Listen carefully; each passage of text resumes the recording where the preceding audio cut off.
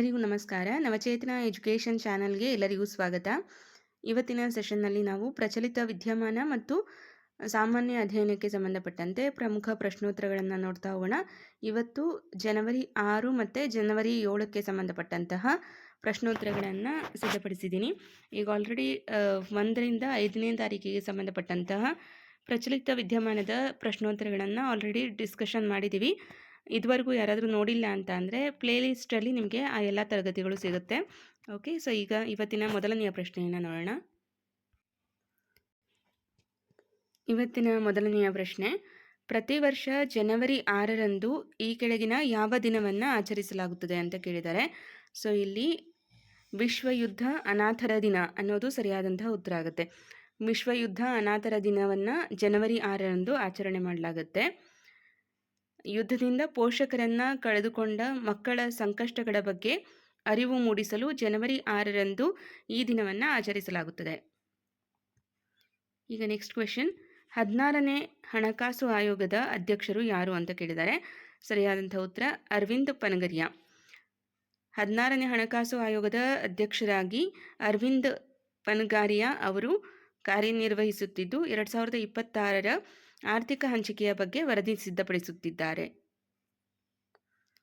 Next ಮೂರನೆಯ ಪ್ರಶ್ನೆ, ಕರ್ನಾಟಕದ ಯಾವ ನಗರದಲ್ಲಿ ನೂತನ ಅನುಭವ ಮಂಟಪ ನಿರ್ಮಾಣ ಕಾರ್ಯವು 2026ರಲ್ಲಿ ಅಂತಿಮ ಹಂತ ತಲುಪಲಿದೆ ಅಂತ ಕೇಳಿದ್ದಾರೆ. ಸೊ ಇದು ಬಸವ ಕಲ್ಯಾಣದಲ್ಲಿ ಸಿದ್ಧವಾಗ್ತಾ ಇದೆ. ಓಕೆ, ಸೊ ಬಸವ ಕಲ್ಯಾಣದಲ್ಲಿ ನೂತನ ಅನುಭವ ಮಂಟಪ ನಿರ್ಮಾಣ ಹಂತದಲ್ಲಿದೆ. ಬೀದರ್ ಜಿಲ್ಲೆಯ ಬಸವ ಕಲ್ಯಾಣದಲ್ಲಿ 12ನೇ ಶತಮಾನದ ಅನುಭವ ಮಂಟಪದ ಮಾದರಿಯಲ್ಲಿ ನೂತನ ಕಟ್ಟಡ ನಿರ್ಮಾಣವಾಗುತ್ತಿದೆ. ನಾಲ್ಕನೆಯ ಪ್ರಶ್ನೆ, ಇತ್ತೀಚೆಗೆ ಸುದ್ದಿಯಲ್ಲಿರುವ ಆದಿತ್ಯ L1 ನೌಕೆಯು ಸೂರ್ಯನ ಯಾವ ಬಿಂದುವಿನಲ್ಲಿದೆ ಅಂತ ಕೇಳಿದ್ದಾರೆ. ಸೊ ಇಲ್ಲಿ ಲ್ಯಾಗ್ರೇಂಜ್ ಪಾಯಿಂಟ್ 1 ಅಂದರೆ L1 ಈ ಒಂದು ಬಿಂದುವಿನಲ್ಲಿದೆ. ಭಾರತದ ಮೊದಲ ಸೌರ ಮಿಷನ್ ಆದ ಆದಿತ್ಯ ನೌಕೆಯು ಭೂಮಿ ಮತ್ತು ಸೂರ್ಯನ ನಡುವಿನ ಲಾಗ್ರೇಂಜ್ ಪಾಯಿಂಟ್ 1ನಲ್ಲಿದ್ದು ಅಧ್ಯಯನ ನಡೆಸುತ್ತಿದೆ. ಓಕೆ, ಸೊ ನೆಕ್ಸ್ಟ್ 2026ರ ಗಣರಾಜ್ಯೋತ್ಸವ ಪರೇಡ್ಗೆ ಮುಖ್ಯ ಅತಿಥಿಯಾಗಿ ಯಾವ ದೇಶದ ನಾಯಕರನ್ನು ಆಹ್ವಾನಿಸಲಾಗಿದೆ. ಸೊ ಇಲ್ಲಿ ಯುರೋಪಿಯನ್ ಅಧ್ಯಕ್ಷರುಗಳನ್ನು ಆಹ್ವಾನ ಮಾಡಲಾಗಿದೆ. ಸೊ ಅವರ ಹೆಸರನ್ನು ಕೂಡ ಹಿಂದಿನ ಸೆಷನ್ನಲ್ಲಿ ನಾವು ನೋಡಿದ್ದೀವಿ. ನೆಕ್ಸ್ಟು 6ನೆಯ ಪ್ರಶ್ನೆ, ಭಾರತದ ಮೊದಲ AICT ಎಂದು ಯಾವ ನಗರವನ್ನು ಅಭಿವೃದ್ಧಿಪಡಿಸಲಾಗುತ್ತಿದೆ. ಕೃತಕ ಬುದ್ಧಿವಂತೆ ನಗರ. ಸೊ ಭಾರತದ ಮೊದಲ ಕೃತಕ ಬುದ್ಧಿಮತ್ತೆ ನಗರ ಯಾವುದು ಅಂದರೆ ಲಕ್ನೋ. ಉತ್ತರ ಪ್ರದೇಶದ ಲಕ್ನೋವನ್ನು ಭಾರತದ ಮೊದಲ AICT ಎಂದು ಅಭಿವೃದ್ಧಿಪಡಿಸಲು ಯೋಜನೆ ರೂಪಿಸಲಾಗಿದೆ. 7ನೆಯ ಪ್ರಶ್ನೆ, ಇತ್ತೀಚೆಗೆ GI ಟ್ಯಾಗ್ ಪಡೆದ ವಾಂಚೋ ಮರದ ಕರಕುಶಲ ವಸ್ತುಗಳು ಯಾವ ರಾಜ್ಯಕ್ಕೆ ಸೇರಿವೆ ಅಂತ ಕೇಳಿದ್ದಾರೆ. ಸರಿಯಾದಂಥ ಉತ್ತರ ಅರುಣಾಚಲ್ ಪ್ರದೇಶ್. ಅರುಣಾಚಲ್ ಪ್ರದೇಶದ ವಾಂಚೋ ಸಮುದಾಯವು ತಯಾರಿಸುವ ಮರದ ಕರಕುಶಲ ವಸ್ತುಗಳಿಗೆ ಭೌಗೋಳಿಕ ಸೂಚಕ ಅಂದರೆ GI ಟ್ಯಾಗನ್ನು ನೀಡಲಾಗಿದೆ. ಓಕೆ, ಸೊ ಹಾಗಾಗಿ ಇದು ಪ್ರಚಲಿತ ಪ್ರಶ್ನೋತ್ತರಗಳಲ್ಲಿ ಕೇಳುವಂತಹ ಸಾಧ್ಯತೆ ಇರುತ್ತೆ. ಓಕೆ, ಅರುಣಾಚಲ್ ಪ್ರದೇಶದ ವಾಂಚೋ ಸಮುದಾಯವು ತಯಾರಿಸುವ ಕರಕುಶಲ ವಸ್ತುಗಳಿಗೆ ಭೌಗೋಳಿಕ ಸೂಚಕ ಮಾನ್ಯತೆ ದೊರೆತಿದೆ. ಇನ್ನು 8ನೆಯ ಪ್ರಶ್ನೆ, ಭಾರತೀಯ ಸಂವಿಧಾನದ ಎಷ್ಟನೇ ವಿಧಿಯು ಅಂತಾರಾಷ್ಟ್ರೀಯ ಶಾಂತಿ ಮತ್ತು ಭದ್ರತೆಯ ಬಗ್ಗೆ ತಿಳಿಸುತ್ತದೆ. 51ನೇ ವಿಧಿಯು ಅಂತಾರಾಷ್ಟ್ರೀಯ ಶಾಂತಿ ಮತ್ತು ಭದ್ರತೆಯ ಬಗ್ಗೆ ತಿಳಿಸುತ್ತೆ. ರಾಜ್ಯ ನಿರ್ದೇಶಕ ತತ್ವಗಳ ಅಡಿಯಲ್ಲಿ ಬರುವ 51ನೇ ವಿಧಿ ಅಂತಾರಾಷ್ಟ್ರೀಯ ಶಾಂತಿ ಮತ್ತು ಭದ್ರತೆಯನ್ನು ಉತ್ತೇಜಿಸುವುದರ ಬಗ್ಗೆ ತಿಳಿಸುತ್ತದೆ. ನೆಕ್ಸ್ಟ್ 2026ರ ಗೋಲ್ಡನ್ ಗ್ಲೋಬ್ ಪ್ರಶಸ್ತಿಯಲ್ಲಿ ಅತ್ಯುತ್ತಮ ನಿರ್ದೇಶಕ ಪ್ರಶಸ್ತಿಯನ್ನು ಯಾರು ಪಡೆದರು ಅಂತ ಅಂದರೆ Paul Thomas Anderson. Okay, so ಇವರೊಬ್ಬರಿಗೆ ಅಲ್ಲ, ಇನ್ನು 3 ಅಥವಾ 4 ಜನರಿಗೆ ಸಿಕ್ಕಿದೆ. ಓಕೆ, ಸೊ ಅದನ್ನು ಗೂಗಲಲ್ಲಿ ಸರ್ಚ್ ಮಾಡಿ ಸಿಗುತ್ತೆ. ಓಕೆ, ಸೊ ನೆಕ್ಸ್ಟ್, ಕರ್ನಾಟಕದಲ್ಲಿ ಅಕ್ಷರ ದಾಸೋಹ ಯೋಜನೆಯನ್ನು ಎಷ್ಟನೇ ತರಗತಿಯವರೆಗೆ ವಿಸ್ತರಿಸಲಾಗಿದೆ ಅಂದರೆ 10ನೇ ತರಗತಿಯವರೆಗೆ ವಿಸ್ತರಿಸಲಾಗಿದೆ. ಪ್ರಸ್ತುತ ಸರ್ಕಾರಿ ಮತ್ತು ಅನುದಾನಿತ ಶಾಲೆಗಳಲ್ಲಿ 1ರಿಂದ 10ನೇ ತರಗತಿಯವರೆಗೆ ಬಿಸಿಯೂಟ ಯೋಜನೆಯನ್ನು ಜಾರಿಗೊಳಿಸಲಾಗಿದೆ. 11ನೆಯ ಪ್ರಶ್ನೆ, ಕೇಂದ್ರ ಸರ್ಕಾರದ ಸ್ವಾಮಿತ್ವ ಯೋಜನೆಯು ಯಾವುದಕ್ಕೆ ಸಂಬಂಧಿಸಿದೆ ಅಂತ ಕೇಳಿದರೆ, ಸ್ವಾಮಿತ್ವ ಯೋಜನೆ ಅನ್ನೋದು ಗ್ರಾಮೀಣ ಆಸ್ತಿಗಳ ಸಮೀಕ್ಷೆ ಮತ್ತು ಮ್ಯಾಪಿಂಗಿಗೆ ಸಂಬಂಧಪಡುತ್ತೆ. ಓಕೆ, ಸೊ ಗ್ರಾಮೀಣ ಪ್ರದೇಶಗಳಲ್ಲಿ ಡ್ರೋನ್ ತಂತ್ರಜ್ಞಾನ ಬಳಸಿ ಭೂಮಿ ಮತ್ತು ಆಸ್ತಿಗಳ ಸಮೀಕ್ಷೆ ನಡೆಸಿ ಆಸ್ತಿ ಕಾರ್ಡ್ ವಿತರಿಸುವುದು ಈ ಯೋಜನೆಯ ಮುಖ್ಯ ಉದ್ದೇಶ ಆಗಿರುತ್ತೆ. ಸೊ ಈ ರೀತಿ ಪ್ರಮುಖ ಯೋಜನೆಗಳ ಕುರಿತಾಗಿ ಕೇಳ್ತಾರೆ. ಸ್ವಾಮಿತ್ವ ಅಂತ ಅಂದರೆ ಗ್ರಾಮೀಣ ಆಸ್ತಿಗಳ ಸಮೀಕ್ಷೆ ಮತ್ತು ಮ್ಯಾಪಿಂಗ್, ಅದಕ್ಕೆ ಸಂಬಂಧಪಡುವಂತಹ ಒಂದು ಯೋಜನೆ ಆಗಿರುತ್ತೆ. 12ನೆಯ ಪ್ರಶ್ನೆ, ಇತ್ತೀಚೆಗೆ ಯಾವ ದೇಶವು ಹಿಮಚಿರತೆಯನ್ನು ತನ್ನ ರಾಷ್ಟ್ರೀಯ ಚಿಹ್ನೆಯಾಗಿ ಘೋಷಿಸಿತು? ಅಂದರೆ ಕಿರ್ಗಿಸ್ತಾನ್. ಮಧ್ಯ ಏಷ್ಯಾದ ಕಿರ್ಗಿಸ್ತಾನ್ ದೇಶವು ಹಿಮಚಿರತೆಯನ್ನು ತನ್ನ ರಾಷ್ಟ್ರೀಯ ಚಿಹ್ನೆಯಾಗಿ ಅಧಿಕೃತವಾಗಿ ಘೋಷಿಸಿದೆ. 13ನೆಯ ಪ್ರಶ್ನೆ, ವಿಶ್ವ ವ್ಯಾಪಾರ ಸಂಸ್ಥೆಯ ಪ್ರಧಾನ ಕಚೇರಿ ಎಲ್ಲಿದೆ? ಜಿನೆವಾದಲ್ಲಿದೆ. ಓಕೆ, ಸ್ವಿಟ್ಜರ್ಲ್ಯಾಂಡಿನ ಜಿನೆವಾ ನಗರದಲ್ಲಿ WTO ಅಂದರೆ ವರ್ಲ್ಡ್ ಟ್ರೇಡ್ ಆರ್ಗನೈಸೇಷನ್ ಅಂತ ಹೇಳ್ತೀವಿ. ಸೊ ಇದರ ಪ್ರಧಾನ ಕಚೇರಿ ಇದೆ. ನೆಕ್ಸ್ಟು 14ನೆಯ ಪ್ರಶ್ನೆ, ಭಾರತದ ಯಾವ ರಾಜ್ಯದಲ್ಲಿ ಅಟಪಾಡಿ ಸಂರಕ್ಷಿತ ಪ್ರದೇಶವಿದೆ ಅಂತ ಕೇಳಿದ್ದಾರೆ. ಸೊ ಇಲ್ಲಿ ಸರಿಯಾದ ಉತ್ತರ ಕೇರಳ. ಓಕೆ, ಪಶ್ಚಿಮ ಘಟ್ಟಗಳ ಭಾಗವಾದ ಅಟಪಾಡಿ ಕೇರಳದ ಪಾಲಕ್ಕಾಡ್ ಜಿಲ್ಲೆಯಲ್ಲಿದೆ. ಇದು ಜೀವ ವೈವಿಧ್ಯತೆಗೆ ಹೆಸರುವಾಸಿಯಾಗಿದೆ. ನೆಕ್ಸ್ಟು 15ನೆಯ ಪ್ರಶ್ನೆ, 2026ರ ಪುರುಷರ T20 ವಿಶ್ವಕಪ್ ಕ್ರಿಕೆಟ್ ಟೂರ್ನಿಯನ್ನು ಯಾವ ದೇಶಗಳು ಜಂಟಿಯಾಗಿ ಆಯೋಜಿಸಲಿದೆ? ಅಂದರೆ ಭಾರತ ಮತ್ತು ಶ್ರೀಲಂಕಾ. ಓಕೆ, ಸೊ ಭಾರತ ಮತ್ತು ಶ್ರೀಲಂಕಾದಲ್ಲಿ 2026ರ T20 ವಿಶ್ವಕಪ್ ಜಂಟಿಯಾಗಿ ನಡೆಸಬೇಕು ಅಂತ ಈ ಒಂದು ಕ್ರೀಡಾಕೂಟವನ್ನು ಆಯೋಜಿಸಲಾಗಿದೆ. ನೆಕ್ಸ್ಟು, ರಕ್ತದಲ್ಲಿನ ಸಕ್ಕರೆ ಮಟ್ಟವನ್ನು ನಿಯಂತ್ರಿಸುವ ಹಾರ್ಮೋನ್ ಯಾವುದು? ಅಂದರೆ ಇನ್ಸುಲಿನ್. ಮೇದೋಜೀರಕ ಗ್ರಂಥಿಯಿಂದ ಉತ್ಪತ್ತಿಯಾಗುವ ಇನ್ಸುಲಿನ್ ರಕ್ತದಲ್ಲಿನ ಗ್ಲೂಕೋಸ್ ಮಟ್ಟವನ್ನು ನಿಯಂತ್ರಿಸುತ್ತದೆ. 17ನೆಯ ಪ್ರಶ್ನೆ, ಕರ್ನಾಟಕ ಸರ್ಕಾರವು ಇತ್ತೀಚೆಗೆ ಪ್ರಾರಂಭಿಸಿದ ಗೃಹಲಕ್ಷ್ಮಿ ಯೋಜನೆಯು ಯಾರಿಗೆ ಆರ್ಥಿಕ ನೆರವನ್ನು ನೀಡುತ್ತದೆ ಅಂತ ಅಂದರೆ ಮನೆಯ ಯಜಮಾನಿಗೆ. ಓಕೆ, ಮನೆಯ ಯಜಮಾನಿಗೆ ಅನ್ನೋದು ಸರಿಯಾದ ಉತ್ತರ ಆಗುತ್ತೆ. ಕುಟುಂಬ ನಿರ್ವಹಣೆಗೆ ಸಹಾಯ ಮಾಡಲು ಮನೆಯ ಯಜಮಾನಿಗೆ ಮಾಸಿಕ 2,000 ರು ನೀಡುವ ಯೋಜನೆ ಇದಾಗಿದೆ. ನೆಕ್ಸ್ಟು,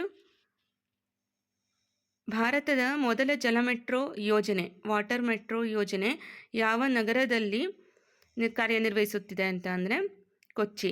ಓಕೆ, ಕೇರಳದ ಕೊಚ್ಚಿಯಲ್ಲಿ ದ್ವೀಪಗಳನ್ನು ಸಂಪರ್ಕಿಸಲು ಭಾರತದ ಮೊದಲ ಜಲ ಮೆಟ್ರೋ ಯೋಜನೆಯನ್ನು ಜಾರಿಗೊಳಿಸಲಾಗಿದೆ. ನೆಕ್ಸ್ಟು, ಯಾವ ವೇದವನ್ನು ಸಂಗೀತದ ಮೂಲ ಎಂದು ಕರೆಯಲಾಗುತ್ತದೆ? ಸೊ ಸಂಗೀತದ ಮೂಲ ಅಂತ ಅಂದರೆ ಅದು ಸಾಮವೇದ. ಸಾಮವೇದವು ಶ್ಲೋಕಗಳನ್ನು ರಾಗಬದ್ಧವಾಗಿ ಹಾಡುವುದರ ಬಗ್ಗೆ ತಿಳಿಸುತ್ತದೆ. ಆದ್ದರಿಂದ ಇದನ್ನು ಭಾರತೀಯ ಸಂಗೀತದ ಮೂಲ ಎನ್ನಲಾಗುತ್ತದೆ. ಓಕೆ, ಸೊ ನೆಕ್ಸ್ಟು, ಜನವರಿ 6ರಂದು ಸುದ್ದಿಯಲ್ಲಿರುವ DRDO ತನ್ನ ಎಷ್ಟನೇ ಸ್ಥಾಪನಾ ದಿನವನ್ನು ಆಚರಿಸಿಕೊಂಡಿತು ಅಂತ ಅಂದರೆ 68ನೇ. ಓಕೆ, DRDO 1958ರಲ್ಲಿ ಸ್ಥಾಪನೆಯಾಯಿತು. 2026ಕ್ಕೆ 68 ವರ್ಷ ತುಂಬುತ್ತದೆ. ಸೊ ಇದಿಷ್ಟು ಏನಾಗಿತ್ತು ಜನವರಿ 6ಕ್ಕೆ ಸಂಬಂಧಪಟ್ಟಂತಹ ಪ್ರಚಲಿತ ವಿದ್ಯಮಾನದ ಪ್ರಶ್ನೋತ್ತರಗಳಾಗಿತ್ತು. ಈಗ ನೆಕ್ಸ್ಟು 7 ಜನವರಿ 2026ರ ಪ್ರಚಲಿತ ವಿದ್ಯಮಾನ ಮತ್ತು ಸಾಮಾನ್ಯ ಅಧ್ಯಯನಕ್ಕೆ ಸಂಬಂಧಪಟ್ಟಂತಹ ಪ್ರಶ್ನೋತ್ತರಗಳನ್ನು ನೋಡ್ತಾ ಹೋಗೋಣ. 2026ನೇ ಸಾಲಿನ G20 ಶೃಂಗಸಭೆಯು ಈ ಒಂದು ಶೃಂಗಸಭೆಯ ಅಧ್ಯಕ್ಷತೆಯನ್ನು ಯಾವ ದೇಶ ವಹಿಸಿಕೊಂಡಿದೆ? ಸೊ ಇದಕ್ಕೆ ಸರಿಯಾದಂತಹ ಉತ್ತರ ಅಮೆರಿಕ ಈ ಒಂದು G20 ಶೃಂಗಸಭೆಯ ಅಧ್ಯಕ್ಷತೆಯನ್ನು ವಹಿಸಿಕೊಳ್ಳಲಿದೆ. 2026ರ G20 ಶೃಂಗಸಭೆಯ ಅಧ್ಯಕ್ಷತೆಯನ್ನು ಅಮೆರಿಕ ಸಂಯುಕ್ತ ಸಂಸ್ಥಾನ ವಹಿಸಿಕೊಂಡಿದೆ ಅನ್ನುವಂಥ ವಿವರಣೆ ಚಿಕ್ಕದಾಗಿಲ್ಲಿದೆ. ನೆಕ್ಸ್ಟು 2ನೆಯ ಪ್ರಶ್ನೆ, ಭಾರತೀಯ ರೈಲ್ವೆ ಮಂಡಳಿಯ ಪ್ರಸ್ತುತ ಅಧ್ಯಕ್ಷರು ಮತ್ತು CEO ಯಾರು ಅಂತ ಕೇಳಿದ್ದಾರೆ. ಸೊ ಇಲ್ಲಿ ಸತೀಶ್ ಕುಮಾರ್ ಅನ್ನೋದು ಸರಿಯಾದ ಉತ್ತರ ಆಗುತ್ತೆ. ಜಯವರ್ಮ ಸಿನ್ಹಾ ಅವರ ನಿವೃತ್ತಿಯ ನಂತರ ಸತೀಶ್ ಕುಮಾರ್ ಅವರು ರೈಲ್ವೆ ಮಂಡಳಿಯ ಅಧ್ಯಕ್ಷರಾಗಿ ಕಾರ್ಯನಿರ್ವಹಿಸುತ್ತಿದ್ದಾರೆ. ಇನ್ನು 3ನೆಯ ಪ್ರಶ್ನೆ, ಜನವರಿ 2026ರ ವರದಿಯಂತೆ ಭಾರತದ ವಿದೇಶಿ ವಿನಿಮಯ ಮೀಸಲು ಎಷ್ಟಿದೆ ಅಂತ ಕೇಳಿದ್ದಾರೆ. ಸೊ ಇಲ್ಲಿ $640 ಬಿಲಿಯನ್ ಹೆಚ್ಚು ಅಂತ ಹೇಳ್ಬೋದು. ಓಕೆ, ಭಾರತದ ವಿದೇಶಿ ವಿನಿಮಯ ಮೀಸಲು ಸಾರ್ವಕಾಲಿಕ ಏರಿಕೆ ಕಂಡಿದ್ದು $640 ಬಿಲಿಯನ್ ಹೆಚ್ಚಿದೆ ಎಂದು RBI ವರದಿ ತಿಳಿಸಿದೆ. ನೆಕ್ಸ್ಟ್ 4ನೆಯ ಪ್ರಶ್ನೆ, ಕರ್ನಾಟಕ ಸರ್ಕಾರವು 2026ರಲ್ಲಿ ಆಯೋಜಿಸಲು ಉದ್ದೇಶಿಸಿರುವ ಜಾಗತಿಕ ಹೂಡಿಕೆದಾರರ ಸಮಾವೇಶದ ಪ್ರಮುಖ ಧ್ಯೇಯವಾಕ್ಯವೇನು ಅಂತ ಕೇಳಿದ್ದಾರೆ. ಸೊ ಇಲ್ಲಿ ಇನೋವೇಟ್ ಕರ್ನಾಟಕ ಅನ್ನೋದು ಇದರ ಥೀಮ್ ಆಗಿರುತ್ತೆ. ಓಕೆ, ತಂತ್ರಜ್ಞಾನ ಮತ್ತು ಸುಸ್ಥಿರ ಅಭಿವೃದ್ಧಿಗೆ ಒತ್ತು ನೀಡಲು ಇನೋವೇಟ್ ಕರ್ನಾಟಕ ಎಂಬ ಧ್ಯೇಯದೊಂದಿಗೆ ತಯಾರಿ ನಡೆದಿದೆ. ನೆಕ್ಸ್ಟು, ಇತ್ತೀಚೆಗೆ ಸುದ್ದಿಯಲ್ಲಿರುವ ಕುಡಂಕುಲಂ ಅಣುಸ್ಥಾವರ ಯಾವ ರಾಜ್ಯದಲ್ಲಿದೆ ಅಂತ ಕೇಳಿದ್ದಾರೆ. ಸರಿಯಾದಂಥ ಉತ್ತರ ತಮಿಳುನಾಡು. ರಷ್ಯಾದ ಸಹಯೋಗದೊಂದಿಗೆ, ಸೊ ಯಾರ ಸಹಯೋಗದೊಂದಿಗೆ ಅಂತಲೂ ಪ್ರಶ್ನೆಯನ್ನು ಟ್ವಿಸ್ಟ್ ಮಾಡಿ ಕೇಳ್ಬೋದು. ರಷ್ಯಾದ ಸಹಯೋಗದೊಂದಿಗೆ ನಿರ್ಮಿಸಲಾದ ಕುಡಂಕುಲಂ ಅಣುಸ್ಥಾವರವು ತಮಿಳುನಾಡಿನಲ್ಲಿದೆ. ಇದರ ಹೊಸ ಘಟಕಗಳ ನಿರ್ಮಾಣ ಕಾರ್ಯ ಪ್ರಗತಿಯಲ್ಲಿದೆ. ಇನ್ನು 6ನೆಯ ಪ್ರಶ್ನೆ, ವಿಶ್ವದ ಮೊದಲ ಪೋರ್ಟಬಲ್ ಆಸ್ಪತ್ರೆ ಆರೋಗ್ಯ ಮೈತ್ರಿ ಕ್ಯೂಬ್ ಅನ್ನು ಯಾವ ದೇಶ ಅನಾವರಣಗೊಳಿಸಿದೆ ಅಂದರೆ ಭಾರತ. ಓಕೆ, ಸೊ ಭಾರತ ಅನ್ನೋದು ಸರಿಯಾದ ಉತ್ತರ. ವಿಪತ್ತು ನಿರ್ವಹಣೆಗಾಗಿ ಭಾರತವು ವಿಶ್ವದ ಮೊದಲ ಪೋರ್ಟಬಲ್ ಆಸ್ಪತ್ರೆ ಆರೋಗ್ಯ ಮೈತ್ರಿ ಏಡ್ ಕ್ಯೂಬ್ ಅನ್ನು ಅಭಿವೃದ್ಧಿಪಡಿಸಿದೆ. 7ನೆಯ ಪ್ರಶ್ನೆ, ಸಾಮಾನ್ಯ ಅಧ್ಯಯನ ಈ ಒಂದು ವಿಷಯಕ್ಕೆ ಸಂಬಂಧಪಟ್ಟಂತಹ ಪ್ರಶ್ನೋತ್ತರ ಇದು. ಭಾರತದ ರಾಷ್ಟ್ರಗೀತೆಯನ್ನು ಸಂವಿಧಾನ ಸಭೆಯು ಯಾವಾಗ ಅಂಗೀಕರಿಸಿತು ಅಂತ ಕೇಳಿದ್ದಾರೆ. ಸರಿಯಾದಂಥ ಉತ್ತರ ಜನವರಿ 24, 1950. ಸಂವಿಧಾನ ಜಾರಿಗೆ ಬರುವ 2 ದಿನಗಳ ಮೊದಲು ಅಂದರೆ 1950 ಜನವರಿ 24ರಂದು ಸಂವಿಧಾನ ಸಭೆಯು ರಾಷ್ಟ್ರಗೀತೆಯನ್ನು ಅಂಗೀಕರಿಸಿತು. ನೆಕ್ಸ್ಟು, ಪ್ರಮುಖ ದಿನಾಚರಣೆಯ ಕುರಿತಾಗಿ ಪ್ರಶ್ನೆ ಇದೆ. 2026ರ ಪ್ರವಾಸಿ ಭಾರತೀಯ ದಿವಸ್ ಆಚರಣೆಯು ಜನವರಿ 9ರಂದು ನಡೆಯಲಿದೆ. ಗಾಂಧೀಜಿಯವರು ದಕ್ಷಿಣ ಆಫ್ರಿಕಾದಿಂದ ಭಾರತಕ್ಕೆ ಮರಳಿದಂತಹ ವರ್ಷ ಯಾವುದು ಅಂತ ಕೇಳಿದ್ದಾರೆ. ಸೊ ಇಲ್ಲಿ ಸರಿಯಾದಂಥ ಉತ್ತರ 1915.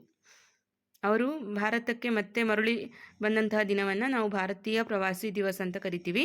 ಸೊ ಇಲ್ಲಿ ನೋಡಿ, ಮಹಾತ್ಮ ಗಾಂಧೀಜಿಯವರು 1915 ಜನವರಿ 9ರಂದು ದಕ್ಷಿಣ ಆಫ್ರಿಕಾದಿಂದ ಮುಂಬೈಗೆ ಮರಳಿದರು. ಇದರ ನೆನಪಿಗಾಗಿ ಪ್ರವಾಸಿ ಭಾರತೀಯ ದಿವಸವನ್ನು ಆಚರಣೆ ಮಾಡಲಾಗುತ್ತೆ.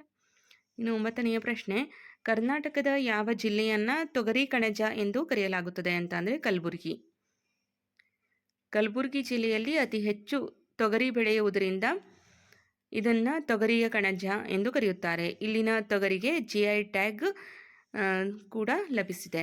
ಓಕೆ, ಭೌಗೋಳಿಕ ಮಾನ್ಯತೆ ಕೂಡ ಇದಕ್ಕೆ ಲಭಿಸಿದೆ ಅನ್ನೋದು ವಿಶೇಷ. ಇನ್ನು 10ನೆಯ ಪ್ರಶ್ನೆ, ಇತ್ತೀಚೆಗೆ ಡೆಸರ್ಟ್ ಸೈಕ್ಲೋನ್ ಜಂಟಿ ಸಮರಾಭ್ಯಾಸವು ಭಾರತ ಮತ್ತು ಯಾವ ದೇಶದ ನಡುವೆ ನಡೆಯಿತು ಅಂತ ಅಂದರೆ UAE. Okay, United Arab States. Bharat ಮತ್ತು ಸಂಯುಕ್ತ ಅರಬ್ ಸಂಸ್ಥಾನ ನಡುವೆ ರಾಜಸ್ಥಾನದಲ್ಲಿ ಡೆಸರ್ಟ್ ಸೈಕ್ಲೋನ್ ಸಮರಾಭ್ಯಾಸ ನಡೆಯಿತು. 11ನೆಯ ಪ್ರಶ್ನೆ, ವಿಜ್ಞಾನಕ್ಕೆ ಸಂಬಂಧಪಟ್ಟಂತಹ ಒಂದು ಪ್ರಶ್ನೆ ಇಲ್ಲಿದೆ. ಅಡುಗೆ ಸೋಡಾದ ರಾಸಾಯನಿಕ ಹೆಸರೇನು ಅಂತ ಕೇಳಿದರೆ ಸೋಡಿಯಂ ಬೈಕಾರ್ಬೋನೇಟ್.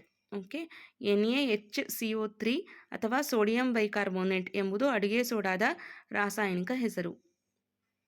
ನೆಕ್ಸ್ಟ್, ಭಾರತದ ಮೊದಲ ಮಲ್ಟಿ ಸ್ಪೋರ್ಟ್ಸ್ ಬೀಚ್ ಗೇಮ್ಸ್ ಎಲ್ಲಿ ಆಯೋಜಿಸಲಾಗಿತ್ತು ಅಂತಂದರೆ ದಿಯು. ಓಕೆ, ದಿಯು ದ್ವೀಪದ ಘೋಗ್ಲಾ ಬೀಚ್ನಲ್ಲಿ ಭಾರತದ ಮೊದಲ ಬೀಚ್ ಗೇಮ್ಸನ್ನು ಆಯೋಜಿಸಲಾಗಿತ್ತು. ಇದರಲ್ಲಿ ಮಧ್ಯಪ್ರದೇಶದ ಚಾಂಪಿಯನ್ ಆಗಿ ಹೊರಹೊಮ್ಮಿತು. ನೆಕ್ಸ್ಟ್ 13ನೆಯ ಪ್ರಶ್ನೆ, ಸಂವಿಧಾನದ ಎಷ್ಟನೇ ಪರಿಚ್ಛೇದವು ಏಕರೂಪ ನಾಗರಿಕ ಸಂಹಿತೆಯ ಬಗ್ಗೆ ತಿಳಿಸುತ್ತದೆ ಅಂತ ಕೇಳಿದ್ದಾರೆ. ಸೊ ಇಲ್ಲಿ ಸರಿಯಾದ ಉತ್ತರ ವಿಧಿ 44. ರಾಜ್ಯ ನಿರ್ದೇಶಕ ತತ್ವಗಳಲ್ಲಿನ 44ನೇ ವಿಧಿ ದೇಶದಾದ್ಯಂತ ಏಕರೂಪ ನಾಗರಿಕ ಸಂಹಿತೆಯನ್ನು ಜಾರಿಗೆ ತರಲು ಸರ್ಕಾರ ಪ್ರಯತ್ನಿಸಬೇಕು ಎಂದು ತಿಳಿಸುತ್ತದೆ. ಇನ್ನು 14ನೆಯ ಪ್ರಶ್ನೆ, ಇತ್ತೀಚೆಗೆ smart lander for investigating Moon ಎಂಬ ಚಂದ್ರಯಾನ ನೌಕೆಯನ್ನು ಯಾವ ದೇಶ ಉಡಾವಣೆ ಮಾಡಿದೆ ಅಂತ ಕೇಳಿದರೆ ಸರಿಯಾದಂಥ ಉತ್ತರ ಜಪಾನ್. ಜಪಾನ್ನ ಬಾಹ್ಯಾಕಾಶ ಸಂಸ್ಥೆಗಳಾದಂತಹ ಜಾಕ್ಸಾ ಸ್ಲಿಮ್ ನೌಕೆಯನ್ನು ಯಶಸ್ವಿಯಾಗಿ ಚಂದ್ರನ ಮೇಲೆ ಇಳಿಸಿದೆ. ಇದನ್ನು ಮೂನ್ ಸ್ನೈಪರ್ ಎಂದು ಕರೆಯುತ್ತಾರೆ. ನೆಕ್ಸ್ಟು, ಕರ್ನಾಟಕದಲ್ಲಿ ಪ್ರಸ್ತುತ ಎಷ್ಟು ರಾಮ್ಸಾರ್ ತಾಣಗಳಿವೆ ಅಂತ ಅಂದರೆ 4. ಆ 4 ರಾಮ್ಸಾರ್ ತಾಣಗಳು ಯಾವುದು ಅನ್ನೋದನ್ನು ನೋಡೋಣ. ರಂಗನತಿಟ್ಟು, ಮಗಡಿಕೆರೆ, ಅಘನಾಶಿನಿ ಮತ್ತು ಅಂಕಸಮುದ್ರ ಸೇರಿದಂತೆ ಕರ್ನಾಟಕದಲ್ಲಿ ಒಟ್ಟು 4 ರಾಮ್ಸಾರ್ ತಾಣಗಳಿವೆ. ಇತಿಹಾಸಕ್ಕೆ ಸಂಬಂಧಪಟ್ಟಂತಹ ಪ್ರಶ್ನೆ. 1565ರ ಜನವರಿ 23ರಂದು ನಡೆದ ಯಾವ ಕದನವು ವಿಜಯನಗರ ಸಾಮ್ರಾಜ್ಯದ ಪತನಕ್ಕೆ ಕಾರಣವಾಯಿತು ಅಂತ ಕೇಳಿದ್ದಾರೆ. ಸೊ ಇಲ್ಲಿ 1565ರಲ್ಲಿ ನಡೆದಂತಹ ತಾಳಿಕೋಟೆ ಕದನ ಅಥವಾ ರಕ್ಕಸತಂಗಡಿ ಅನ್ನೋದು ಸರಿಯಾದ ಉತ್ತರ. ವಿವರಣೆ ನೋಡ್ರಿ. 1565ರಲ್ಲಿ ನಡೆದ ತಾಳಿಕೋಟೆ ಕದನದಲ್ಲಿ ದಕ್ಕನ್ ಸುಲ್ತಾನರ ಒಕ್ಕೂಟವು ಅಳಿಯ ರಾಮರಾಯನನ್ನು ಸೋಲಿಸುವ ಮೂಲಕ ವಿಜಯನಗರ ಸಾಮ್ರಾಜ್ಯದ ಪತನಕ್ಕೆ ಕಾರಣವಾಯಿತು. ನೆಕ್ಸ್ಟ್ 17ನೆಯ ಪ್ರಶ್ನೆ. ಇತ್ತೀಚೆಗೆ ಸುದ್ದಿಯಲ್ಲಿರುವ ಕ್ಯಾಡ್ಮಿಯಂ ಮಾಲಿನ್ಯವು ಮಾನವನ ದೇಹದ ಯಾವ ಅಂಗಕ್ಕೆ ಹೆಚ್ಚು ಹಾನಿಯುಂಟು ಮಾಡುತ್ತದೆ ಅಂತ ಅಂದರೆ ಮೂತ್ರಪಿಂಡ, ಕಿಡ್ನಿ. ಆಹಾರ ಮತ್ತು ನೀರಿನ ಮೂಲಕ ದೇಹ ಸೇರುವ ಕ್ಯಾಡ್ಮಿಯಂ ಲೋಹವು ಮುಖ್ಯವಾಗಿ ಮೂತ್ರಪಿಂಡಗಳ ವೈಫಲ್ಯಕ್ಕೆ ಕಾರಣವಾಗುತ್ತದೆ. ಓಕೆ, ಇಟಾಯಿ ಡಿಸೀಸ್ ಅಂತ ಹೇಳ್ತೀವಿ. ಸೊ ನೆಕ್ಸ್ಟ್ 18ನೆಯ ಪ್ರಶ್ನೆ. ಆಸ್ಕರ್ ಪ್ರಶಸ್ತಿ ಪಡೆದ ಮೊದಲ ಭಾರತೀಯ ವ್ಯಕ್ತಿ ಯಾರು ಅಂತ ಅಂದರೆ ಭಾನು ಅಥಯ್ಯ. 1983ರಲ್ಲಿ ಗಾಂಧಿ ಚಲನಚಿತ್ರದ ವಸ್ತ್ರ ವಿನ್ಯಾಸಕ್ಕಾಗಿ ಭಾನು ಅಥಯ್ಯ ಅವರು ಆಸ್ಕರ್ ಪ್ರಶಸ್ತಿ ಪಡೆದ ಮೊದಲ ಭಾರತೀಯರಾದರು. 19ನೆಯ ಪ್ರಶ್ನೆ. 2020ರ ಜನವರಿಯಲ್ಲಿ ಯಾವ ಬಾಹ್ಯಾಕಾಶ ಸಂಸ್ಥೆಯು ಪಾರ್ಕರ್ ಸೋಲಾರ್ ಪ್ರೋಬ್ ಮೂಲಕ ಸೂರ್ಯನ ಅತ್ಯಂತ ಸಮೀಪಕ್ಕೆ ತಲುಪಿದ ದಾಖಲೆ ನಿರ್ಮಿಸಿದೆ ಅಂತ ಪ್ರಶ್ನೆಯನ್ನು ಕೇಳಿದರೆ ಸರಿಯಾದಂಥ ಉತ್ತರ ನಾಸಾ. ಅಮೆರಿಕದ ನಾಸಾ ಕಳುಹಿಸಿದ ಪಾರ್ಕರ್ ಸೋಲಾರ್ ಪ್ರೋಬ್ ಸೂರ್ಯನ ವಾತಾವರಣವನ್ನು ಪ್ರವೇಶಿಸಿದ ಮೊದಲ ನೌಕೆಯಾಗಿದೆ. ಇನ್ನು ಕೊನೆಯ ಪ್ರಶ್ನೆ. ಭಾರತದ ಅತಿ ಉದ್ದದ ರಾಷ್ಟ್ರೀಯ ಹೆದ್ದಾರಿ ಯಾವುದು? ಸೊ ಇದಕ್ಕೆ ಸರಿಯಾದ ಉತ್ತರ NH44. Okay, national highway 44.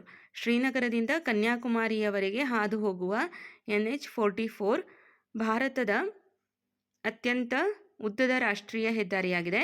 ಮುಂಚೆ ನಾವು ಇದನ್ನು NH7 ಅಂತ ಕರಿತಾ ಇದ್ವಿ. ಓಕೆ, ಸೊ NH44 ಅನ್ನೋದು ಸರಿಯಾದ ಉತ್ತರ ಆಗುತ್ತೆ ಈ ಪ್ರಶ್ನೆಗೆ. ಸೊ ಇದಿಷ್ಟು ಜನವರಿ 6 ಮತ್ತು ಜನವರಿ 7ಕ್ಕೆ ಸಂಬಂಧಪಟ್ಟಂತಹ ಪ್ರಚಲಿತ ವಿದ್ಯಮಾನದ ಪ್ರಶ್ನೋತ್ತರಗಳಾಗಿತ್ತು. ಈಗ ನಿಮಗೋಸ್ಕರ ಒಂದು ಪ್ರಶ್ನೆ.